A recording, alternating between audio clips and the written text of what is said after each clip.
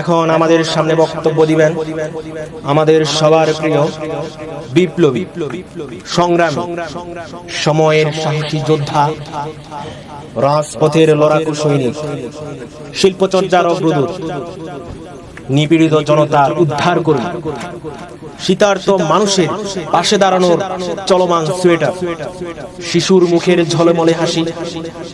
সত্যের সাগরের নির্ভীক সৈনিক, ভালোবাসার টানে যিনি সবাইকে কাছে টানেন, দিন বদলের প্রতিকৃত, আপন শক্তিতে জ্বলে ওঠার বারুদ, কাছে থাকার সঙ্গী এবং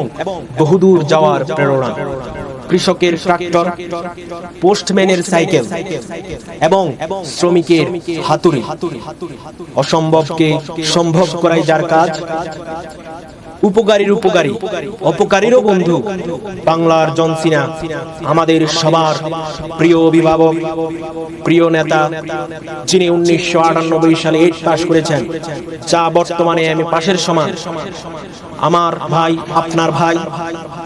অমুক তমুক ওয়ার্ডের সহসভাপতি, প্রিয় ভাই অমুক ভাই। এত কথা বলা তোর কাজ, স্লোগান বন্ধ করতে হবে,